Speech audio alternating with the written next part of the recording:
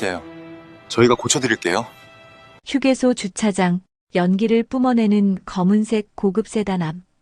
두 명의 소년이 초조한 표정의 회장 앞에 섰습니다. 주변 사람들이 웃음을 터뜨립니다. 요즘 애들은 영상 찍으려고 별짓 다 하네.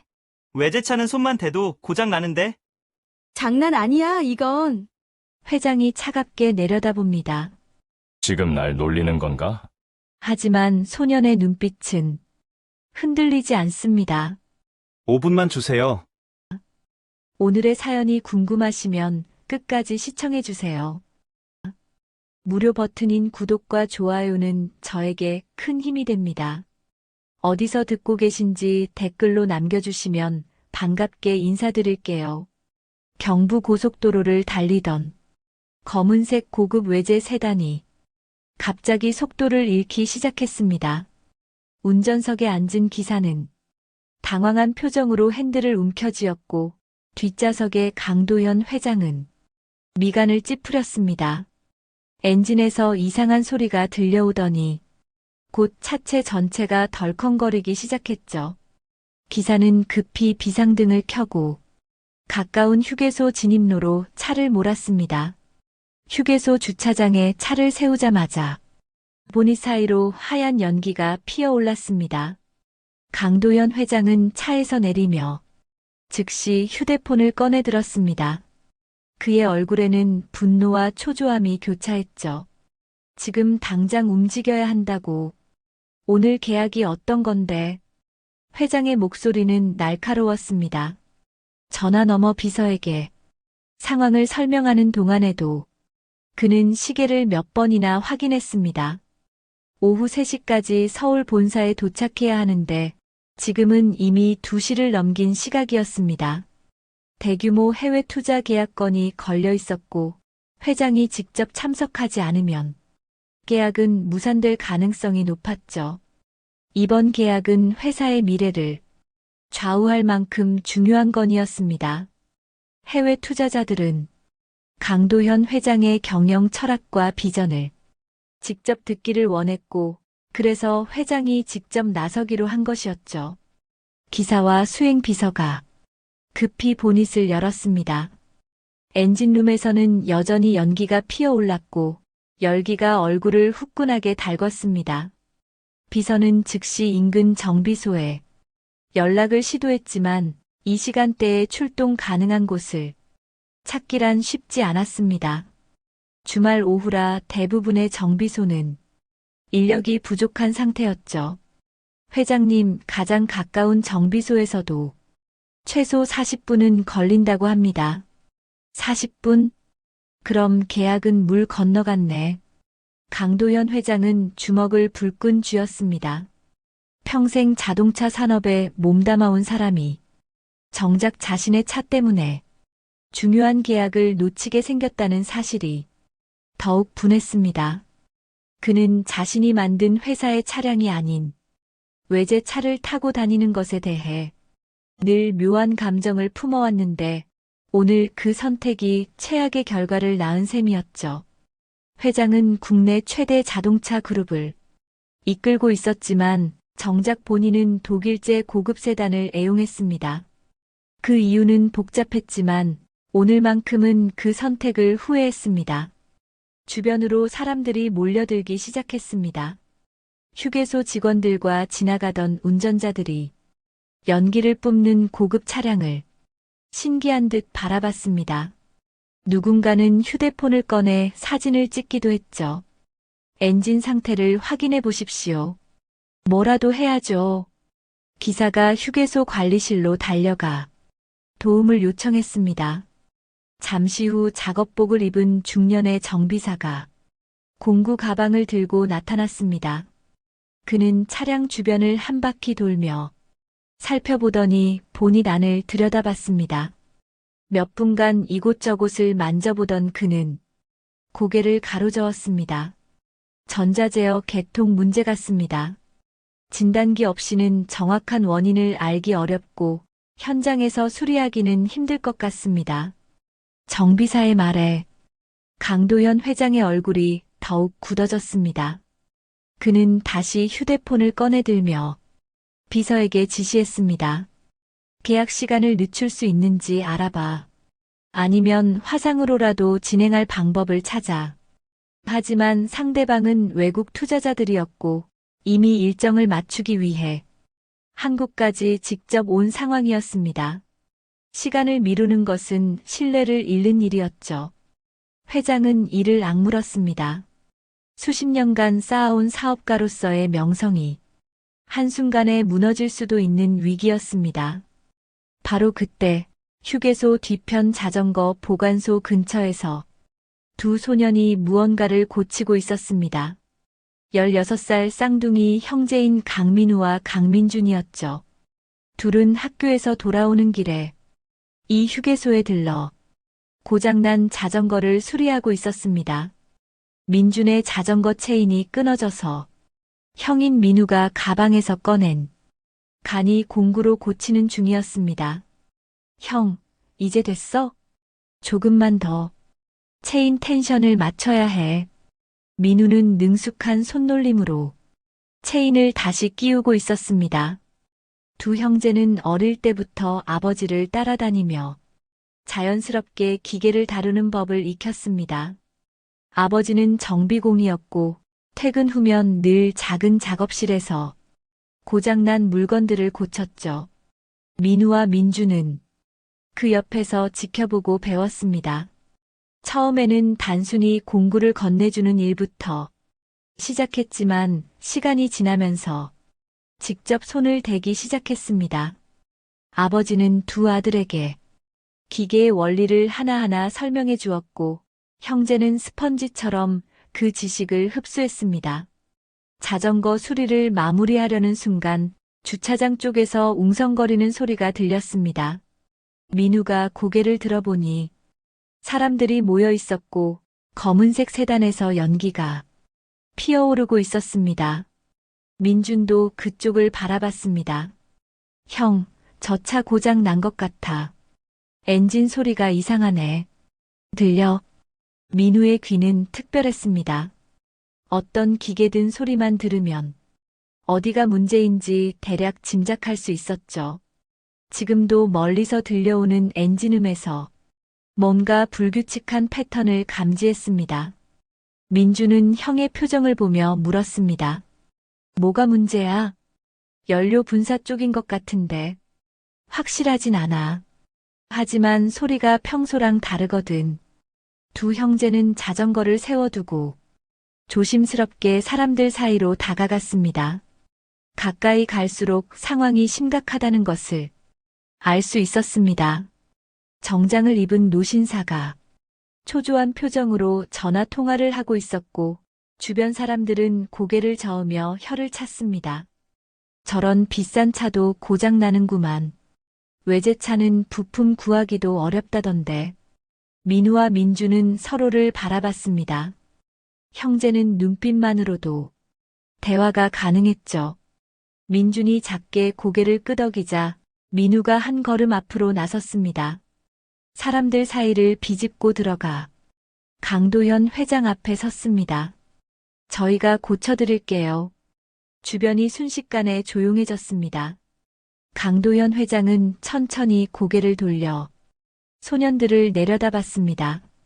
기름때 묻은 손, 해진 점퍼, 학생 가방을 맨 두 소년이 서 있었습니다. 강도현 회장은 쌍둥이를 위아래로 훑어봤습니다. 학생 가방을 맨 앳된 얼굴, 기름때가 묻은 손, 낡은 운동화까지. 회장의 눈빛에는 믿을 수 없다는 표정이 역력했죠. 지금 날 놀리는 건가? 회장의 목소리는 차갑게 식어 있었습니다. 주변 사람들이 킥킥거리며 웃기 시작했습니다. 요즘 애들은 영상 찍으려고 별짓 다 하네. 유튜브에 올리려나 봐. 외제차는 손만 대도 고장 난다는데 말이야. 휴게소 직원 하나가 걱정스러운 표정으로 말했습니다. 애들아, 장난 아니야. 저런 차는 건드리면 큰일 나. 하지만 형 민우는 물러서지 않았습니다. 오히려 한 걸음 더 다가서며 차분하게 말했습니다. 엔진 소리가 일정하지 않아요. 들어보시면 알 수 있습니다. 뭐? 회장이 미간을 찌푸렸습니다. 민우가 계속 말을 이었습니다. 2000rpm 전후로 출력이 불규칙하게 떨어집니다. 연료 분사 타이밍이 어긋난 것 같아요. 주변 사람들의 웃음이 잠시 멈췄습니다. 회장의 눈빛이 미묘하게 변했습니다. 그는 오랜 세월 자동차 산업에 몸담아온 사람이었습니다. 민우가 방금 한 말은 단순히 인터넷에서 주워들은 지식이 아니라는 것을 알 수 있었죠. 하지만 여전히 의심은 남아 있었습니다. 너희 나이가 몇인데 그런 걸 안다는 거지? 16입니다. 민준이 형 옆에 서며 대답했습니다. 고등학교 1학년이고요. 회장 옆에 서 있던 비서가 코웃음을 쳤습니다. 회장님, 시간 낭비하지 마시고 다른 방법을 찾아보시죠. 기사도 고개를 끄덕이며 맞장구 쳤습니다. 그러게요. 애들이 뭘 안다고. 하지만 강도현 회장은 여전히 쌍둥이를 바라보고 있었습니다. 민우의 눈빛에서 뭔가 특별한 것을 느꼈기 때문이었죠. 그 눈빛은 자신감도 아니고 건방짐도 아니었습니다. 그저 자신이 할 수 있는 일을 알고 있는 사람이 담담한 확신이었습니다. 회장은 천천히 입을 열었습니다. 내가 정비를 배웠다는 건가?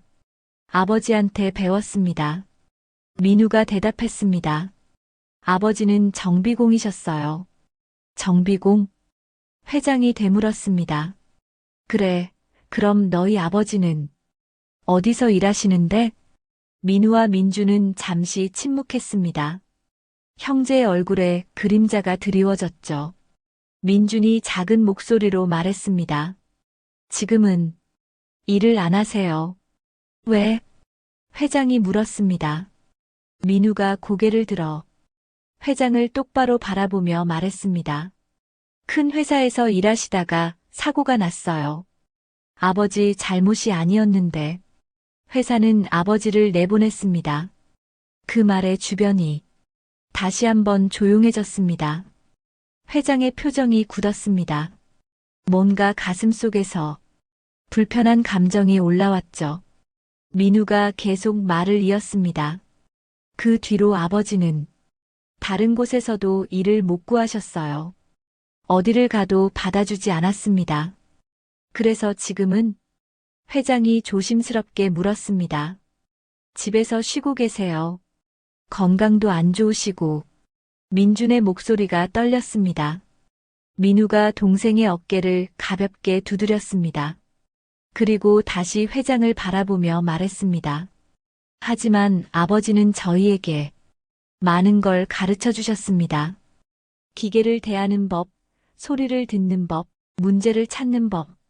모두 아버지한테 배운 겁니다. 회장은 말없이 두 소년을 바라봤습니다. 그의 머릿속에서 수많은 생각이 스쳐 지나갔습니다. 자신이 경영하는 회사에서도 비슷한 일들이 있었습니다. 사고가 나면 누군가는 책임을 져야 했고 그 책임은 대부분 가장 약한 사람의 몫이었죠. 회장은 그것이 회사를 지키는 방법이라고 스스로를 합리화해 왔습니다. 하지만 지금 눈앞에 선 두 소년을 보니 그 합리화가 얼마나 무책임한 것이었는지 깨닫게 되었습니다. 주변 사람들은 여전히 의심의 눈초리로 쌍둥이를 바라봤습니다. 회장님, 시간이 없습니다. 다른 방법을 찾아야 합니다. 비서가 다시 한번 재촉했습니다. 회장은 시계를 보았습니다. 2시 15분. 서울까지 가려면 최소한 1시간은 걸렸습니다. 지금 출발해도 회의 시간에 겨우 맞출 수 있는 상황이었죠. 하지만 차는 여전히 움직일 수 없는 상태였습니다. 회장은 깊은 한숨을 쉬었습니다. 그리고 쌍둥이를 다시 한번 천천히 바라봤습니다. 민우의 손에는 여전히 기름때가 묻어 있었습니다. 자전거를 고치던 흔적이었죠. 그 손을 보며 회장은 결심했습니다. 어차피 지금 상황에서 선택지는 많지 않았습니다.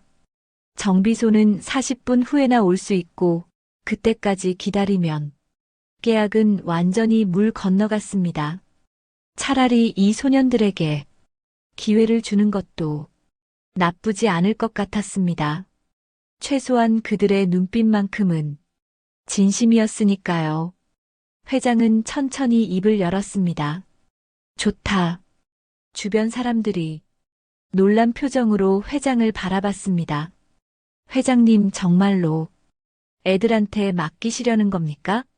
비서가 황급히 물었습니다. 하지만 회장은 이미 결정을 내린 상태였습니다. 그는 쌍둥이를 똑바로 바라보며 엄숙하게 말했습니다. 하지만 조건이 있다. 조건이 뭔데요? 민우가 회장을 똑바로 바라보며 물었습니다. 강도현 회장은 팔짱을 낀 채 단호하게 말했습니다. 시간은 5분이다. 5분 안에 고치지 못하면 즉시 물러나야 한다. 주변 사람들이 웅성거렸습니다. 5분? 그게 말이 되나? 진단기도 없이 5분 만에 고친다고? 애들 장난 아니야, 이건. 하지만 민우는 전혀 당황하지 않았습니다. 오히려 동생 민준을 바라보며 눈빛으로 대화를 나눴죠. 민준이 고개를 끄덕이자 민우가 다시 회장을 향해 말했습니다. 5분이면 충분합니다. 충분하다고? 비서가 어이없다는 표정으로 말했습니다. 애들아, 이건 장난이 아니야. 5분 안에 못 고치면 너희도 책임져야 해. 민우가 침착하게 대답했습니다. 알고 있습니다. 회장이 한 걸음 더 다가서며 날카롭게 물었습니다. 만약 하나라도 망가지면 내가 책임질 수 있나? 그 말에 민우의 표정이 잠시 굳었습니다. 책임이라는 단어가 얼마나 무거운 의미인지 형제는 너무나 잘 알고 있었죠. 아버지가 바로 그 책임 때문에 모든 것을 잃었으니까요. 하지만 민우는 물러서지 않았습니다. 저희는 망가뜨리지 않습니다. 고칠 자신이 없으면 처음부터 나서지 않았을 겁니다. 회장은 소년의 눈을 가만히 들여다봤습니다. 그 눈빛에는 두려움도 없었고 허세도 없었습니다.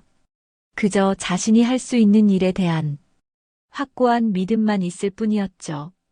회장은 시계를 다시 한번 확인했습니다. 2시 20분. 회의 시간은 점점 다가오고 있었습니다. 그는 깊은 한숨을 쉬며 마지막으로 말했습니다. 좋다. 5분이다. 5분 안에 고치지 못하면 바로 물러나는 거다. 약속할 수 있나? 쌍둥이는 동시에 고개를 끄덕였습니다. 약속합니다. 회장이 손목시계를 들어올리며 말했습니다. 지금부터 시작이다. 민우와 민주는 즉시 움직이기 시작했습니다. 형 민우는 엔진룸으로 향했고 동생 민주는 운전석으로 들어갔습니다. 둘의 움직임에는 망설임이 전혀 없었습니다. 마치 수백 번 연습한 것처럼 자연스럽고 정확했죠. 민우는 엔진룸을 열고 귀를 가까이 댔습니다. 주변 소음에도 불구하고 그는 엔진의 미세한 소리를 정확하게 드러낼 수 있었습니다.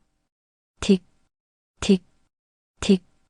불규칙한 간격으로 들리는 금속성 소리. 그것은 연료 분사 장치에서 나는 소리였습니다. 민준아, 시동 한번 걸어봐. 민우가 소리쳤습니다. 운전석에 앉은 민준이 시동 버튼을 눌렀습니다. 끽. 엔진이 힘겹게 돌아가려다 다시 꺼졌습니다. 민우는 더 집중해서 소리를 들었습니다. 다시 한번. 민준이 다시 시동 버튼을 눌렀습니다. 이번에는 조금 더 길게. 엔진이 돌아갔지만 결국 멈췄습니다. 민우의 머릿속에서 아버지의 목소리가 들렸습니다. 민우야, 기계는 거짓말을 하지 않는다. 소리를 들어라. 소리가 모든 걸 말해준단다. 민우는 눈을 감고 모든 감각을 소리에 집중했습니다. 그리고 문제를 찾아냈습니다. 연료 라인이야. 민우가 외쳤습니다. 민준이 운전석에서 물었습니다. 어디쯤? 2000rpm 전후에서 압력이 떨어져. 라인 어딘가 막혔거나 센서 문제야. 민우는 가방에서 간이 공구를 꺼냈습니다. 렌치 몇 개와 드라이버, 그리고 작은 손전등. 아버지가 물려준 낡은 공구들이었습니다. 주변 사람들이 초조하게 지켜봤습니다. 저 애들 진짜 뭐 하는 거야? 손놀림은 제법인데? 비서는 팔짱을 낀 채 혀를 찼습니다. 하지만 회장은 말없이 쌍둥이의 움직임을 지켜봤습니다. 민우는 빠르게 연료 라인 커넥터를 분해했습니다. 손놀림이 놀라울 정도로 능숙했습니다.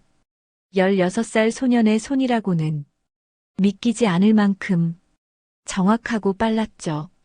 민준아, 계기판에 뭐 떠 있어? 민우가 물었습니다. 민준이 계기판을 살펴보며 대답했습니다. 연료 시스템 경고등이 깜빡거려.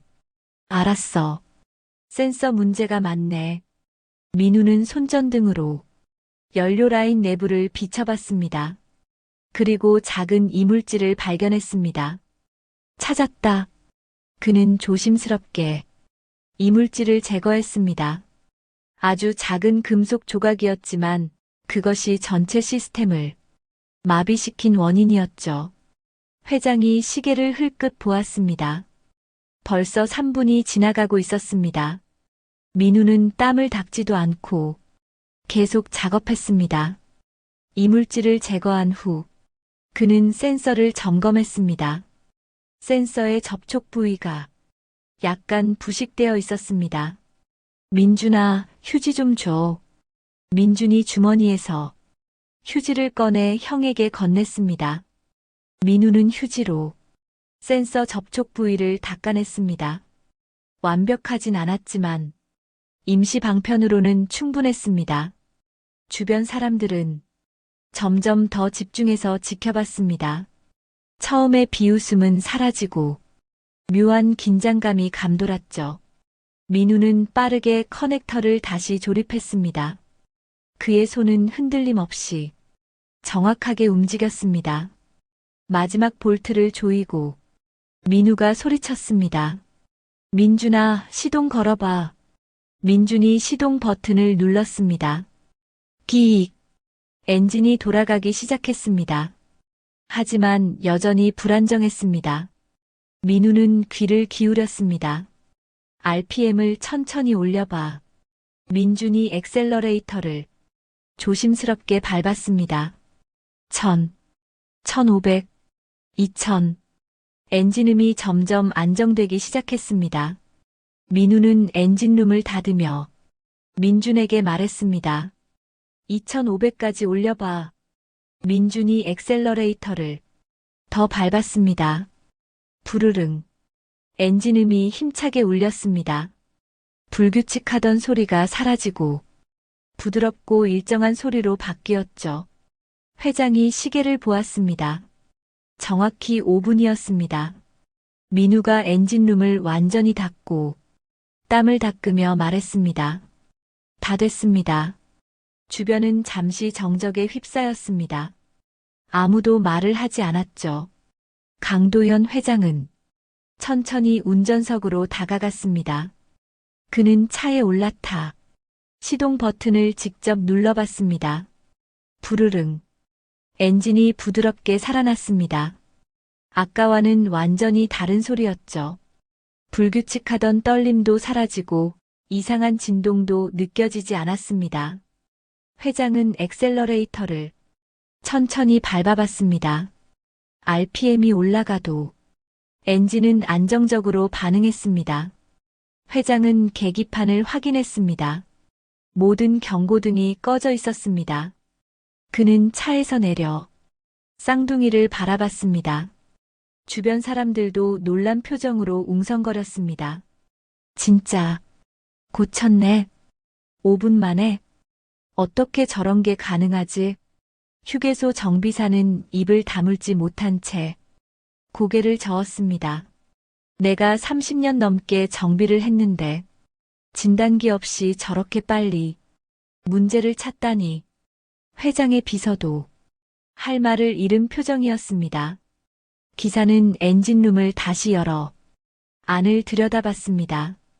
정말 깔끔하게 작업했네요. 회장은 여전히 쌍둥이를 바라보고 있었습니다. 민우와 민주는 조용히 서서 회장의 반응을 기다렸습니다. 회장이 천천히 입을 열었습니다. 어떻게 한 거지? 민우가 대답했습니다. 소리를 들었습니다. 엔진이 말해주는 걸 귀 기울여 들었어요. 소리? 회장이 되물었습니다. 네. 2000rpm 전후로 금속성 소리가 불규칙하게 났어요. 그건 연료 분사 타이밍이 어긋났다는 신호였습니다. 민준이 덧붙였습니다. 계기판의 미세한 떨림도 같이 봤어요. RPM이 올라갈 때마다 바늘이 약간씩 흔들렸거든요. 회장은 두 소년의 말을 곱씹으며 생각에 잠겼습니다. 진단기도 없이 단지 소리와 눈으로만 문제를 찾아냈다는 것이 믿기지 않았습니다. 하지만 결과는 명확했습니다. 차는 다시 움직이고 있었으니까요. 너희 아버지가 그렇게 가르쳤나? 회장이 물었습니다. 민우가 고개를 끄덕였습니다. 아버지는 늘 말씀하셨어요. 기계는 거짓말을 하지 않는다고. 문제가 있으면 반드시 신호를 보낸다고요. 그래서 진단기만 믿지 말고 직접 보고 듣고 느껴야 한다고 가르쳐 주셨습니다. 민준이 이어서 말했습니다. 회장은 깊은 한숨을 쉬었습니다. 자신이 이끄는 회사의 정비사들을 떠올렸습니다. 그들은 모두 최신 장비와 진단기에 의존했습니다. 물론 그것도 중요했지만 기본을 잊어버린 것은 아닐까 하는 생각이 들었죠. 눈앞의 두 소녀는 최신 장비 없이도 문제를 해결했습니다. 그것도 5분 만에. 회장은 민우에게 다가가 손을 내밀었습니다. 고맙다. 민우는 잠시 망설이다가 회장의 손을 잡았습니다. 기름때 묻은 작은 손과 나이든 큰 손이 맞닿았습니다. 덕분에 중요한 약속에 늦지 않게 됐구나. 회장이 말했습니다. 민준이 조심스럽게 물었습니다. 그럼 이제 가셔도 돼요. 시간 되실 것 같아요. 회장은 시계를 확인했습니다. 2시 30분. 지금 출발하면 3시 반쯤 도착할 수 있었습니다. 회의 시간에 맞출 수 있었죠. 하지만 회장은 바로 차에 오르지 않았습니다. 그는 쌍둥이를 다시 한번 천천히 바라봤습니다. 너희 이름이 뭐지? 강민우입니다. 강민준이요. 강민우, 강민준. 회장이 그 이름들을 되뇌었습니다. 그리고 갑자기 뭔가 떠오른 듯 표정이 굳었습니다. 잠깐, 너희 성이 강씨라고? 네. 민우가 대답했습니다. 회장의 얼굴에 묘한 긴장감이 스쳤습니다. 혹시 너희 아버지 성함이 강태준은 아니겠지? 쌍둥이의 얼굴이 동시에 굳었습니다. 민우가 놀란 표정으로 물었습니다. 어떻게 우리 아버지 이름을 아세요? 회장은 한 걸음 뒤로 물러섰습니다. 그의 얼굴은 창백해졌고 손이 미세하게 떨렸습니다. 주변 사람들은 무슨 일인지 몰라 어리둥절한 표정으로 지켜봤습니다. 회장은 입술을 굳게 다물고 한참을 아무 말도 하지 못했습니다. 민준이 다시 물었습니다. 우리 아버지를 아세요? 회장은 천천히 고개를 끄덕였습니다. 안다. 아니, 알고 있었다. 그의 목소리는 떨리고 있었습니다. 민우가 한 걸음 다가서며 물었습니다. 어떻게요? 어디서 아셨어요? 회장은 깊은 한숨을 쉬며 하늘을 올려다봤습니다. 그리고 천천히 입을 열었습니다. 너희 아버지는 우리 회사에서 일했다. 그 말에 주변이 다시 한번 조용해졌습니다. 민우와 민주는 서로를 바라봤습니다. 두 사람의 눈빛에는 충격과 혼란이 가득했죠. 회장이 계속 말했습니다. 강태준, 우리 회사 최고의 기술자였지. 신기술 개발팀의 핵심 인력이었어. 민우의 목소리가 떨렸습니다. 그런데 왜 아버지는 쫓겨나신 거예요? 회장은 대답하지 못했습니다. 그저 고개를 떨구고 침묵할 뿐이었죠. 그 침묵이 모든 것을 말해주고 있었습니다. 민준이 눈물을 참으며 물었습니다. 아버지가 뭘 잘못하셨어요? 아버지는 늘 최선을 다했다고, 단 한 번도 대충 일한 적 없다고, 그렇게 말씀하셨는데, 회장은 여전히 아무 말도 하지 못했습니다. 과거의 기억들이 그의 머릿속을 스쳐 지나갔습니다. 10년 전 그날, 개발 중이던 신형 엔진에서 화재가 발생했습니다. 다행히 인명 피해는 없었지만 손실은 컸습니다. 누군가는 책임을 져야 했고 회사는 강태준을 선택했습니다. 그가 프로젝트 책임자였으니까요. 하지만 진실은 달랐습니다. 사고는 예산 부족으로 인한 안전장치 미비 때문이었습니다. 강태준은 여러 번 추가 예산을 요청했지만 회사는 거절했었죠. 그리고 사고가 났을 때 회사는 모든 책임을 강태준에게 떠넘겼습니다. 너희 아버지는 우리 회사에서 일했다. 회장의 말에 민우와 민주는 얼어붙었습니다. 주변 사람들도 긴장한 표정으로 지켜봤습니다. 민우가 떨리는 목소리로 물었습니다. 그럼 아버지를 내보낸 것도 회장님이신 거예요? 회장은 고개를 끄덕였습니다. 그렇다. 그 짧은 대답에 민준의 눈에 눈물이 고였습니다. 왜요? 아버지가 뭘 잘못하셨어요? 회장은 깊은 한숨을 쉬었습니다. 너희 아버지는 잘못한 게 없었다. 그럼 왜 내보내신 거예요? 민우가 소리쳤습니다. 평소 침착하던 민우가 처음으로 목소리를 높였죠. 회장은 주먹을 쥐었습니다. 회사를 지키기 위해서였다.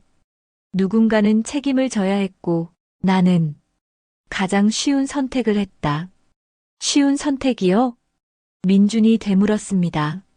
네, 쉬운 선택이었지. 회사를 위해 한 사람을 희생시키는 것. 그게 경영이라고, 그게 현실이라고. 나는 스스로를 합리화했다. 회장의 목소리가 떨렸습니다. 민우가 한 걸음 다가서며 말했습니다. 그 한 사람이 우리 아버지였어요. 우리 가족이었고요. 알고 있다. 회장이 고개를 숙였습니다. 민준이 눈물을 닦으며 말했습니다. 아버지는 그 뒤로 어디에서도 일을 못 구하셨어요. 업계 전체에서 아버지를 받아주지 않았어요. 한 번 찍히면 끝이라고 그렇게 말하더라고요. 민우가 이어서 말했습니다. 회장은 그 말을 들으며 가슴이 무너지는 것을 느꼈습니다. 자신의 선택이 한 사람의 인생을 완전히 망가뜨렸다는 것을 이제야 실감했습니다. 집도 팔았어요. 어머니는 일을 3개나 하시고 그래도 생활비가 부족해서 저희는 아르바이트를 해요. 민준이 말했습니다. 아버지는 매일 밤 작업실에 혼자 앉아 계세요. 아무것도 하지 않고 그냥 멍하니요. 민우의 목소리가 갈라졌습니다. 가끔 아버지가 혼자 우시는 소리가 들려요. 남자가 우는 소리가 얼마나 슬픈지 아세요? 주변 사람들 중 몇몇은 고개를 돌렸습니다. 차마 쌍둥이의 얼굴을 바라볼 수 없었죠. 휴게소 직원 하나가 눈물을 닦았습니다. 회장은 두 손으로 얼굴을 감쌌습니다. 72년을 살면서 수많은 결정을 내렸지만 이렇게 후회스러운 순간은 처음이었습니다. 미안하다. 회장이 고개를 숙이며 말했습니다. 정말 미안하다. 하지만 민우는 그 사과를 받아들이지 않았습니다.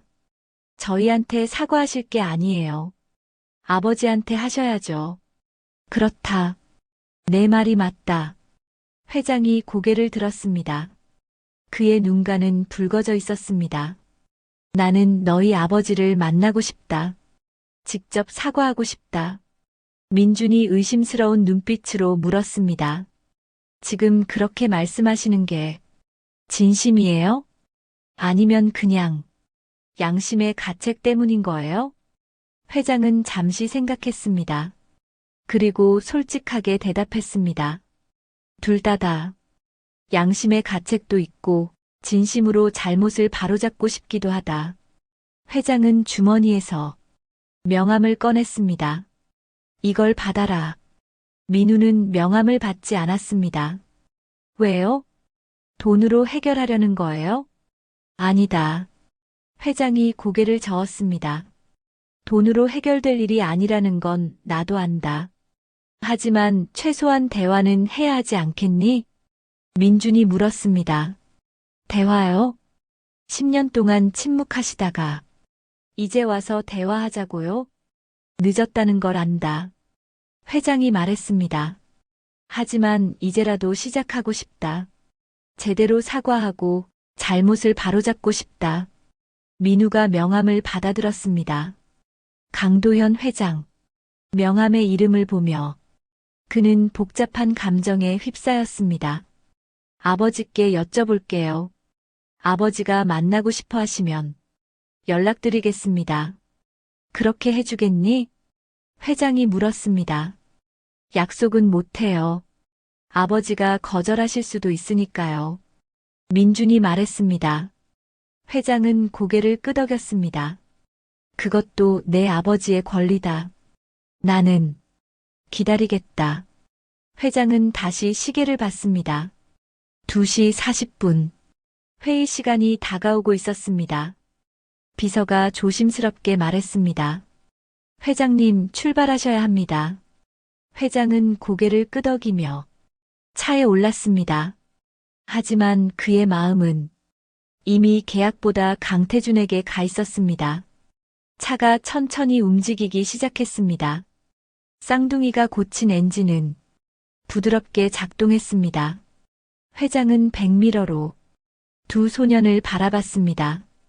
그들은 여전히 그 자리에 서 있었습니다. 회장은 창문을 내리고 마지막으로 말했습니다. 너희 아버지는 훌륭한 분이셨다. 그리고 너희는 아버지를 닮았구나. 너희 실력 세상이 알아야 한다. 차는 휴게소를 빠져나가 다시 고속도로로 접어들었습니다. 민우와 민주는 차가 사라질 때까지 지켜봤습니다. 주변 사람들은 하나둘씩 흩어졌습니다. 휴게소는 다시 평온을 되찾았죠. 하지만 쌍둥이의 마음은 전혀 평온하지 않았습니다. 민우는 주머니 속 명함을 만지작거렸습니다. 이 작은 명함 한 장이 가족의 운명을 바꿀 수도 있었습니다. 아니면 아무것도 바꾸지 못할 수도 있었죠. 민준이 조용히 말했습니다. 형, 집에 가자. 그래. 민우가 대답했습니다. 두 형제는 자전거를 끌고 집으로 향했습니다. 오늘 있었던 일이 꿈만 같았습니다. 고장난 차를 고치고 그 차의 주인이 아버지를 아는 사람이었고 더군다나 아버지를 해고시킨 장본인이었다니 민우는 생각했습니다. 이것이 우연일까 아니면 운명일까? 어쩌면 하늘이 이런 기회를 준 것일까? 아버지가 다시 일어날 수 있는 기회를. 하지만 동시에 두렵기도 했습니다. 만약 아버지가 더 큰 상처를 받으시면 어떡하나 하는 걱정이 들었죠. 민준이 형의 어깨를 두드렸습니다. 잘 될 거야, 형. 민우가 고개를 끄덕였습니다. 그래, 잘 될 거야. 저녁 노을이 두 형제의 그림자를 길게 늘어뜨렸습니다.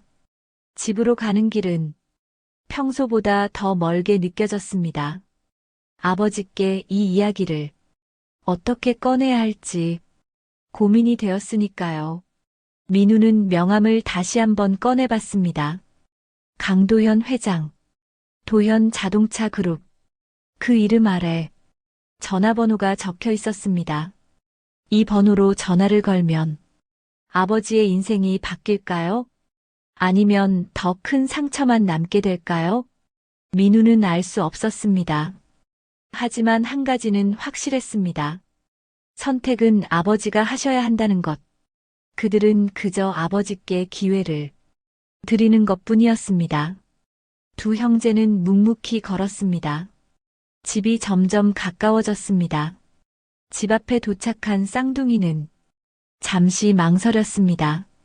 낡은 대문 너머로 작은 집이 보였습니다. 한때는 넓은 집에 살았지만 지금은 이 좁은 월세방이 가족의 보금자리였습니다. 들어가자. 민우가 먼저 문을 열었습니다. 거실에는 어머니가 저녁 준비를 하고 계셨습니다. 왔니? 어머니가 피곤한 얼굴로 미소를 지으며 물었습니다. 네, 엄마. 민준이 대답했습니다. 아버지는요? 민우가 조심스럽게 물었습니다. 작업실에 계신다. 오늘도 하루 종일 거기 계시네. 어머니의 목소리에는 걱정이 묻어났습니다. 민우와 민주는 서로를 바라봤습니다. 그리고 조용히 작업실로 향했습니다. 작업실은 집 뒤편, 작은 창고를 개조한 곳이었습니다. 문을 열자 기름 냄새와 함께 익숙한 풍경이 펼쳐졌습니다. 강태주는 낡은 의자에 앉아 멍하니 창밖을 바라보고 있었습니다. 한때 수많은 엔진을 고치던 손은 지금 무릎 위에 힘없이 놓여 있었죠. 아버지, 민우가 조용히 불렀습니다. 강태준이 고개를 돌렸습니다. 왔구나. 학교 끝나고 어디 갔었니? 휴게소에 들렀다 왔어요. 민준이 대답했습니다. 그래, 배고팠구나. 강태준이 미소를 지었지만 그 미소는 쓸쓸해 보였습니다. 민우는 아버지 앞에 앉으며 조심스럽게 말을 꺼냈습니다. 아버지, 오늘 이상한 일이 있었어요. 이상한 일? 강태준이 물었습니다. 네, 휴게소에서 고장난 차를 봤어요. 그래서 저희가 고쳤어요. 너희가? 강태준의 눈빛이 변했습니다. 무슨 차였는데? 외제 세단이었어요. 엔진에서 연기가 나고 시동이 안 걸렸죠. 민준이 설명했습니다. 강태준은 두 아들을 번갈아 보았습니다. 그래서 어떻게 했니? 소리를 들었어요. 아버지가 가르쳐 주신 대로요. 민우가 말했습니다. 연료 분사 타이밍이 어긋난 거였어요. 센서 접촉 부위에 이물질이 끼어 있었고요. 강태준의 표정이 조금씩 변하기 시작했습니다. 그래서 5분 만에 고쳤어요. 민준이 자랑스럽게 말했습니다. 강태준은 잠시 말이 없었습니다. 그리고 천천히 두 아들의 머리를 쓰다듬었습니다. 잘했구나. 너희가 내 말을 잘 기억하고 있었네. 아버지가 잘 가르쳐 주셔서요. 민우가 말했습니다. 강태준의 눈가가 촉촉해졌습니다. 10년 동안 아무것도 할 수 없었던 자신. 하지만 적어도 아들들에게는 무언가를 남겨줄 수 있었다는 것이 위안이 되었습니다. 그런데 아버지, 민우가 망설이다 말했습니다. 그 차 주인이요. 차 주인? 아버지를 아는 분이었어요. 그 말에 강태준의 손이 멈췄습니다. 누군데? 강도현 회장님이요. 민준이 조심스럽게 말했습니다. 강태준의 얼굴이 순식간에 굳었습니다. 그는 천천히 손을 내리며 의자에 기댔습니다. 강도현. 그 이름을 입 밖에 내는 것조차 힘겨워 보였습니다. 아버지, 괜찮으세요? 민우가 걱정스럽게 물었습니다. 강태준은 깊은 한숨을 쉬었습니다. 그 사람이 뭐라고 하더니 저희한테 고맙다고 하셨어요. 그리고 민준이 말을 흐렸습니다. 그리고 아버지를 만나고 싶다고 하셨어요. 민우가 명함을 꺼내 아버지께 건넸습니다. 강태준은 명함을 보지도 않고 고개를 저었습니다. 필요 없다. 아버지, 그 사람을 만날 이유가 없어. 강태준의 목소리는 단호했습니다. 민우가 말했습니다. 하지만 회장님이 사과하고 싶다고 하셨어요. 진심으로요. 사과? 강태준이 쓴웃음을 지었습니다. 10년이 지나서 이제 와서 사과한다고? 그게 뭐가 달라지니? 아버지의 명예를 되찾으실 수 있어요. 민준이 간곡하게 말했습니다. 하지만 강태준은 고개를 저었습니다. 명예. 그런 건 이미 잃어버린 지 오래야. 이제 와서 되찾는다고 해서 뭐가 달라지겠니? 하지만 됐다. 강태준이 단호하게 말했습니다. 나는 그 사람을 만나지 않을 거야. 과거는 과거일 뿐이다. 민우와 민주는 아무 말도 할 수 없었습니다. 아버지의 표정에서 깊은 상처가 느껴졌으니까요. 10년이 지났어도 그 상처는 아물지 않았습니다. 강태준은 자리에서 일어나 창문 쪽으로 걸어갔습니다. 너희가 그 차를 고쳤다니. 아버지는 자랑스럽다. 내가 가르쳐 준 게 헛되지 않았구나. 하지만 강도현과는 아무 상관도 없다. 그 사람 명함은 버려라. 민우는 명함을 주머니에 도로 넣었습니다. 알겠습니다, 아버지. 하지만 마음속으로는 고민이 깊어졌습니다. 정말 이대로 끝내는 게 맞는 걸까? 아버지의 명예를 되찾을 기회를 그냥 놓쳐도 되는 걸까? 저녁 식사 시간이었습니다. 온 가족이 작은 식탁에 모였습니다. 어머니가 준비한 소박한 저녁이 차려졌죠. 오늘 힘든 일 없었어? 어머니가 쌍둥이에게 물었습니다. 아니요, 괜찮았어요. 민준이 대답했습니다. 하지만 민우는 밥을 먹으면서도 계속 아버지를 바라봤습니다. 강태준은 말없이 밥을 먹고 있었습니다. 그의 표정은 평소와 다름없었지만 민우는 알 수 있었습니다. 아버지의 마음이 편치 않다는 것을요. 식사를 마치고 민우는 자기 방으로 들어갔습니다. 책상 위에 놓인 명함을 다시 꺼내봤습니다. 강도현 회장. 민우는 휴대폰을 꺼냈습니다. 그리고 명함에 적힌 번호를 입력했습니다. 하지만 통화 버튼을 누르지는 않았습니다. 아버지는 만나고 싶어 하지 않으셨습니다. 그런데 자신이 멋대로 연락해도 되는 걸까? 민우는 고민에 빠졌습니다. 바로 그때 방문이 열렸습니다. 민준이 들어왔습니다. 형, 뭐해? 아무것도 안 해. 민우가 휴대폰을 내려놓았습니다. 민주는 형 옆에 앉으며 말했습니다. 형, 우리 그냥 아버지 말씀대로 하자. 아버지가 원하지 않으시는데 우리가 어떻게 할 수 없잖아. 알아. 민우가 한숨을 쉬었습니다. 하지만 아깝지 않니? 아버지의 명예를 되찾을 수 있는 기회인데 명예보다 아버지 마음이 더 중요하지 않을까? 민준이 말했습니다.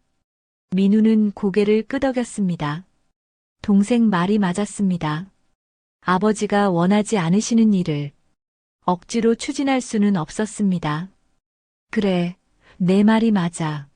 민우가 명함을 서랍 안에 넣었습니다. 이제 잊자. 하지만 마음 한구석에는 여전히 아쉬움이 남아 있었습니다. 다음 날 아침 강도현 회장은 회사에 출근하지 않았습니다. 대신 그는 오래된 서류 보관실로 향했습니다. 10년 전 인사 기록을 찾아주게 회장이 비서에게 지시했습니다. 어느 부서 말씀이십니까? 신기술 개발팀 강태준이라는 이름을 찾아봐. 비서는 놀란 표정으로 회장을 바라봤습니다. 강태준. 그 이름은 회사에서 금기어나 다름없었습니다. 잠시 후 비서가 두꺼운 파일을 들고 왔습니다. 찾았습니다, 회장님. 강도현은 파일을 받아들고 천천히 펼쳤습니다. 강태준의 인사 기록이 빼곡하게 적혀 있었습니다.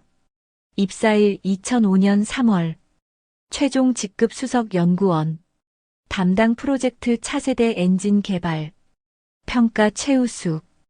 회장은 페이지를 넘겼습니다. 매년 최우수 평가를 받았고 수많은 특허를 출원했으며 회사의 핵심 인재로 꼽혔던 기록들이 이어졌습니다. 그리고 마지막 페이지. 징계 사유 중대 과실로 인한 설비 손상. 처분 즉시 해고.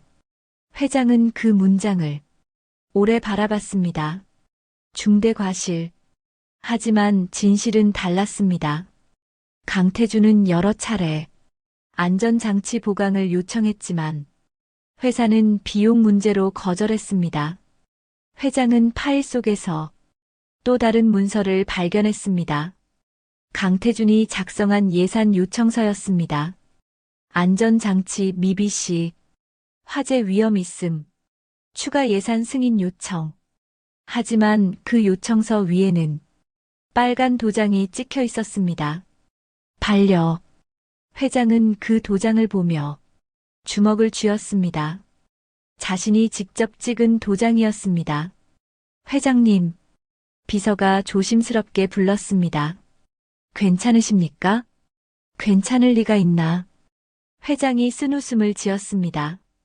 내가 얼마나 큰 잘못을 했는지 이제야 제대로 보이는구만. 회장은 자리에서 일어났습니다. 차를 준비해. 강태준을 찾아가야겠어. 하지만 회장님, 주소를 아십니까? 비서가 물었습니다.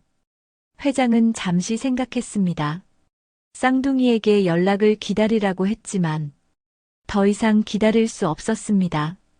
인사팀에 연락해서 마지막 주소를 확인해봐. 알겠습니다. 비서가 전화를 걸었습니다. 잠시 후 주소를 확인한 비서는 난처한 표정을 지었습니다. 회장님, 등록된 주소는 10년 전 집인데 지금은 다른 사람이 살고 있다고 합니다. 그럼 어떻게? 회장이 말끝을 흐렸습니다.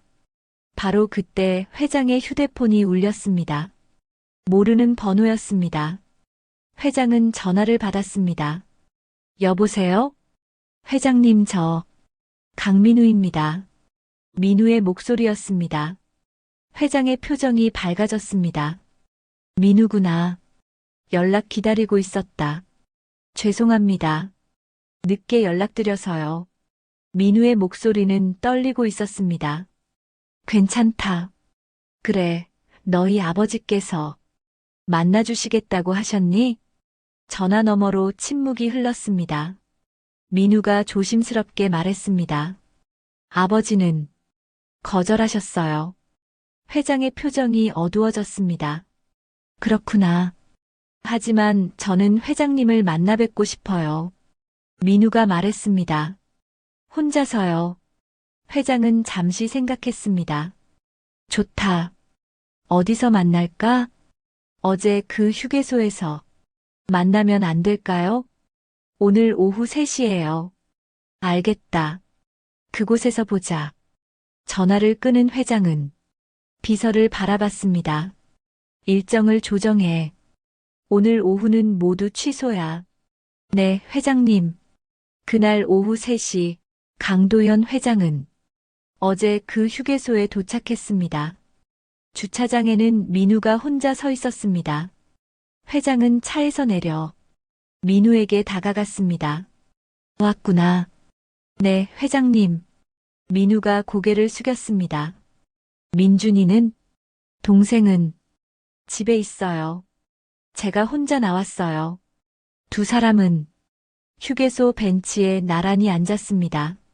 잠시 침묵이 흘렀습니다. 민우가 먼저 입을 열었습니다. 회장님, 어제 명함 주셨잖아요. 그래. 아버지께 드렸는데 받지 않으셨어요. 민우의 목소리가 떨렸습니다. 아버지는 회장님을 만나고 싶어 하지 않으세요. 회장은 고개를 끄덕였습니다. 당연하지. 내가 너희 아버지 입장이어도 그랬을 거야. 하지만 민우가 주머니에서 명함을 꺼냈습니다.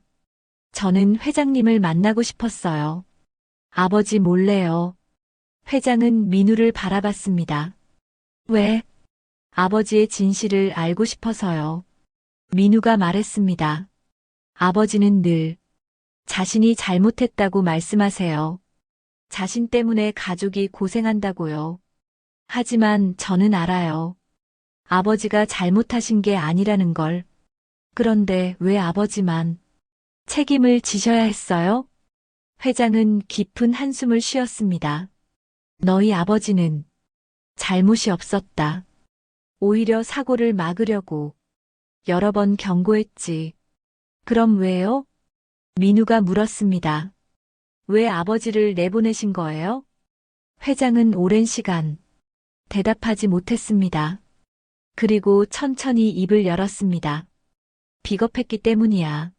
나는 비겁했어. 10년 전 사고가 났을 때 이사회는 난리가 났지. 누군가 책임을 져야 한다고, 회사 이미지를 지켜야 한다고. 나는 회사를 지키고 싶었어. 그래서 가장 쉬운 방법을 택했지. 프로젝트 책임자였던 너희 아버지를 희생양으로 만드는 것. 민우는 주먹을 쥐었습니다. 그게 옳은 일이었나요? 아니다. 회장이 단호하게 말했습니다. 절대 옳지 않았어. 나는 10년 동안 그 죄책감을 안고 살았다. 하지만 용기가 없었어. 너희 아버지를 찾아가. 사과할 용기가 말이야. 회장의 눈가가 붉어졌습니다. 그런데 어제 너희를 만났지. 너희가 차를 고치는 모습을 보면서 깨달았어. 너희 아버지의 가르침이 너희 안에 살아있다는 걸. 그분이 얼마나 훌륭한 사람이었는지 새삼 느꼈단다. 민우의 눈에도 눈물이 고였습니다. 회장님, 민우야, 나는 내 아버지께 용서를 구하고 싶다. 늦었지만 이제라도 제대로 하고 싶어. 회장이 민우의 손을 잡았습니다. 부탁이다. 내 아버지를 만날 수 있게 도와주겠니? 민우는 눈물을 닦았습니다. 하지만 아버지는 절대 만나지 않으실 거예요. 그럼 내가 직접 찾아가겠다. 주소만 알려주면 돼. 회장이 간곡하게 말했습니다. 민우는 한참을 고민했습니다. 그리고 천천히 고개를 끄덕였습니다. 알겠어요. 하지만 조건이 있어요. 말해봐. 아버지께 상처 주시면 안 돼요. 아버지는 이미 충분히 아파하셨어요. 약속한다. 회장이 진지하게 말했습니다. 민우는 종이에 집 주소를 적어 건넸습니다. 회장은 그 종이를 소중히 받아들었습니다. 고맙다, 민우야. 회장님, 민우가 마지막으로 물었습니다. 진심이시죠? 아버지를 위해서 하시는 거죠? 진심이다. 회장이 단호하게 대답했습니다. 나는 이제 도망치지 않을 거야. 이틀 후 토요일 오후, 강태주는 작업실에 혼자 앉아 있었습니다. 창밖으로 햇살이 비쳐 들어왔지만 그의 표정은 여전히 어두웠습니다. 바로 그때 대문이 열리는 소리가 들렸습니다. 강태주는 고개를 들었습니다. 낯선 차 한 대가 좁은 골목에 멈춰 섰습니다. 검은색 세단. 며칠 전 아들들이 고쳤다는 바로 그 차였습니다. 강태준의 얼굴이 굳었습니다. 차에서 내린 사람은 강도현 회장이었습니다. 회장은 천천히 대문 쪽으로 걸어왔습니다. 강태준은 자리에서 일어나 작업실 문을 열었습니다. 두 사람의 시선이 마주쳤습니다. 10년 만의 재회였습니다. 강태준. 회장이 먼저 입을 열었습니다. 하지만 강태준은 대답하지 않았습니다. 그저 차갑게 회장을 바라볼 뿐이었죠. 왔군요. 강태준이 냉담하게 말했습니다. 들어오세요. 회장은 작업실 안으로 들어갔습니다. 좁은 공간에는 낡은 공구들이 가지런히 놓여 있었습니다. 한때 최첨단 연구실에서 일하던 사람의 작업실 치고는 너무나 초라했습니다. 앉으시죠. 강태준이 의자를 내밀었습니다. 두 사람은 마주 앉았습니다. 침묵이 흘렀습니다. 회장이 먼저 입을 열었습니다. 며칠 전에 내 아들들을 만났어. 알고 있습니다. 강태준이 짧게 대답했습니다. 훌륭한 아이들이더구나. 특히 차를 고치는 솜씨가. 용건만 말씀해 주시죠. 강태준이 말을 끊었습니다. 회장은 고개를 숙였습니다. 미안하다. 그 말에 강태준은 쓴웃음을 지었습니다. 10년 만에 찾아와서 미안하다는 말 한마디면 끝인가요?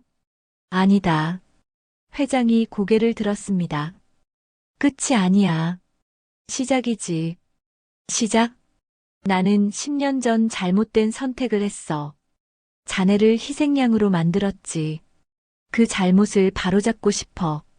강태준은 팔짱을 끼며 차갑게 말했습니다. 어떻게요? 10년을 되돌릴 수 있나요? 되돌릴 수는 없지. 회장이 인정했습니다. 하지만 자네의 명예는 되찾아줄 수 있어. 명예. 강태준이 중얼거렸습니다. 그게 제게 무슨 의미가 있을까요? 없나? 회장이 물었습니다. 자네 아들들을 위해서라도 필요하지 않나? 그 말에 강태준의 표정이 잠깐 흔들렸습니다. 회장이 계속 말했습니다. 나는 기자회견을 열겠어. 10년 전 사고의 진실을 밝히고 자네에게 잘못이 없었다는 것을 공개적으로 인정할 거야. 그리고 자네를 다시 회사로 모시고 싶어. 연구소장 자리를 제안하지. 강태준은 한참을 아무 말 없이 앉아 있었습니다. 그리고 천천히 고개를 저었습니다. 필요 없습니다. 뭐? 회장이 놀라서 물었습니다. 연구소장이요? 명예 회복이요? 다 필요 없습니다. 강태준이 단호하게 말했습니다. 회장은 당황했습니다. 하지만, 회장님, 강태준이 회장을 똑바로 바라보며 말했습니다. 10년 전 저는 모든 것을 잃었습니다. 직장 명예, 자존심, 심지어 제 자신까지도요. 하지만 그 시간 동안 제가 얻은 것도 있습니다. 뭘 얻었는데? 회장이 물었습니다. 강태준은 창문 너머를 바라봤습니다. 마당에서 민우와 민준이 어머니를 도와 빨래를 널고 있었습니다. 저 아이들이요. 강태준이 말했습니다. 일 때문에 바빴을 때는 아이들과 제대로 시간을 보내지 못했어요. 하지만 10년 동안 저는 아이들 곁에 있을 수 있었습니다. 제 기술을 가르쳐 줄 수 있었고 아버지로서 함께할 수 있었죠. 회장은 말없이 강태준의 말을 들었습니다. 물론 힘들었습니다. 매일 밤 자책했고 가족들에게 미안했어요. 하지만 이제는 알아요. 제가 틀리지 않았다는 것을요. 강태준이 회장을 바라봤습니다. 회장님이 틀렸던 거죠. 회장은 고개를 떨궜습니다. 그렇다. 내가 틀렸어. 그러니 이제 저를 내버려 두세요. 강태준이 말했습니다. 저는 회장님의 회사로 돌아갈 생각이 없습니다. 회장은 깊은 한숨을 쉬었습니다. 자네 마음은 알겠어. 하지만, 자네 아들들은 어떻게 할 건가? 회장이 물었습니다. 민우와 민주는 엄청난 재능이 있어. 그 재능을 썩히기엔 너무 아깝지 않나? 강태준은 대답하지 않았습니다. 회장이 계속 말했습니다. 내 연구소에 장학 프로그램이 있어. 고등학생들을 대상으로 기술 교육을 하고 대학 학비도 지원하지. 민우와 민준을 그 프로그램에 추천하고 싶어. 자네 대신은 아니야. 순수하게 아이들의 미래를 위해서지. 강태준은 잠시 생각에 잠겼습니다. 아이들의 미래. 그것만은 그도 생각하지 않을 수 없었습니다. 조건이 있습니다. 강태준이 입을 열었습니다. 말해봐. 제 이름을 복권시켜주세요. 공개적으로요. 당연히 그렇게 할 거야. 하지만 저는 회장님 회사로 돌아가지 않겠습니다. 대신 강태준이 잠시 말을 멈췄습니다.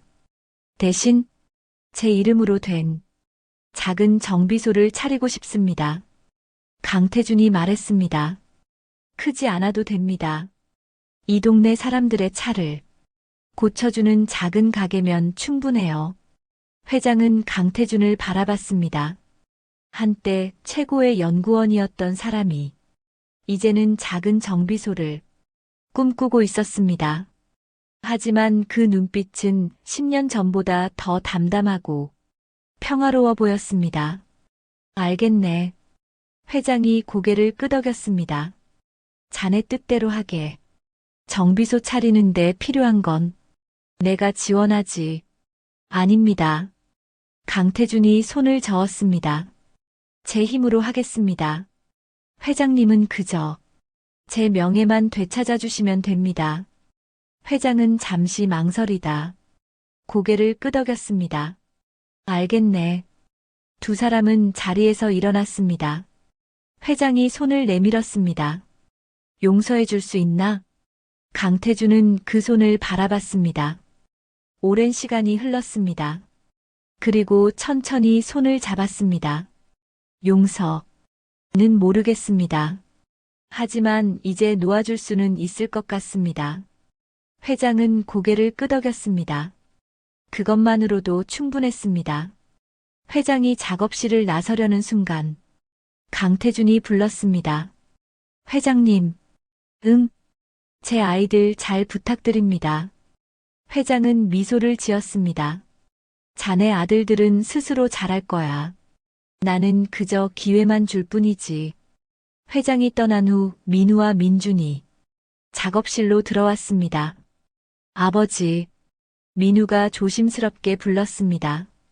강태준은 두 아들을 바라보며 처음으로 환하게 웃었습니다. 괜찮다. 아버지는 괜찮아. 정말요? 민준이 물었습니다. 그래, 정말이야. 강태준이 두 아들을 끌어안았습니다. 너희 덕분에 아버지가 다시 일어설 수 있을 것 같구나. 저희가요? 그래, 너희가 그 차를 고쳤잖니. 그게 시작이었어. 민우와 민주는 서로를 바라보며 미소 지었습니다. 한 달 후 강도현 회장은 기자회견을 열었습니다. 10년 전, 저는 잘못된 결정을 내렸습니다. 한 사람에게 책임을 떠넘기고 진실을 외면했습니다. 오늘 이 자리에서 강태준 연구원의 명예를 공식적으로 회복시키겠습니다. 그분은 잘못이 없었습니다. 그 발표는 업계 전체에 파장을 일으켰습니다. 강태준의 이름이 다시 입에 오르내렸고 블랙리스트는 해제됐습니다. 그리고 얼마 후 동네 작은 골목에 강태준 정비소라는 간판이 걸렸습니다. 크지 않은 가게였지만 깨끗하고 정돈된 공간이었습니다. 개업 첫날 민우와 민주는 아버지를 도와 가게를 준비했습니다. 아버지, 첫 손님이세요. 민준이 소리쳤습니다. 문을 열고 들어온 사람은 동네 주민이었습니다. 차가 이상한 소리를 내는데 좀 봐주실 수 있나요? 강태준은 밝게 웃으며 대답했습니다. 물론이죠. 이리 주세요. 그는 다시 공구를 손에 쥐었습니다. 10년 만에 다시 시작하는 새로운 출발이었습니다. 작지만 당당한 출발. 그리고 그 옆에는 두 아들이 함께였습니다. 저녁이 되자 강도현 회장이 정비소를 찾아왔습니다. 어떤가 첫날은 바빴습니다. 강태준이 웃으며 대답했습니다. 회장은 민우와 민준을 바라봤습니다. 너희들 다음 주부터 우리 연구소 장학 프로그램에 참여하게 됐어. 정말요? 민우가 놀라서 물었습니다. 그래, 주말마다 연구소에 와서 최고의 엔지니어들에게 배울 수 있어. 민준이 신나서 소리쳤습니다. 감사합니다, 회장님. 회장은 강태준을 바라봤습니다. 자네 아들들 정말 자랑스럽겠네. 네. 강태준이 고개를 끄덕였습니다. 제 자랑입니다. 회장이 돌아간 후 가족 셋은 정비소 앞에 나란히 섰습니다. 간판에 적힌 강태준 정비소라는 글자가 석양빛에 반짝였습니다. 아버지, 민우가 말했습니다. 우리 잘 될 거죠? 강태준은 두 아들의 어깨에 손을 올리며 대답했습니다. 잘 될 거야. 우리는 함께니까. 고장났던 차는 다시 달리고 멈춰 섰던 인생도 이제 막 출발했습니다. 작지만 확실한 희망과 함께 만약 여러분이 강도현 회장이었다면 10년 전 그 순간 어떤 선택을 하셨을까요? 회사를 지키기 위해 한 사람을 희생시키는 것. 과연 그것이 정당한 선택일까요? 그리고 민우와 민준처럼 16살 나이에 가족을 위해 무언가를 할 수 있다면 여러분은 어떤 선택을 하시겠어요? 댓글로 여러분의 생각을 들려주세요. 구독과 좋아요도 잊지 말아주시고요. 오늘도 행복하고 건강한 하루 보내세요.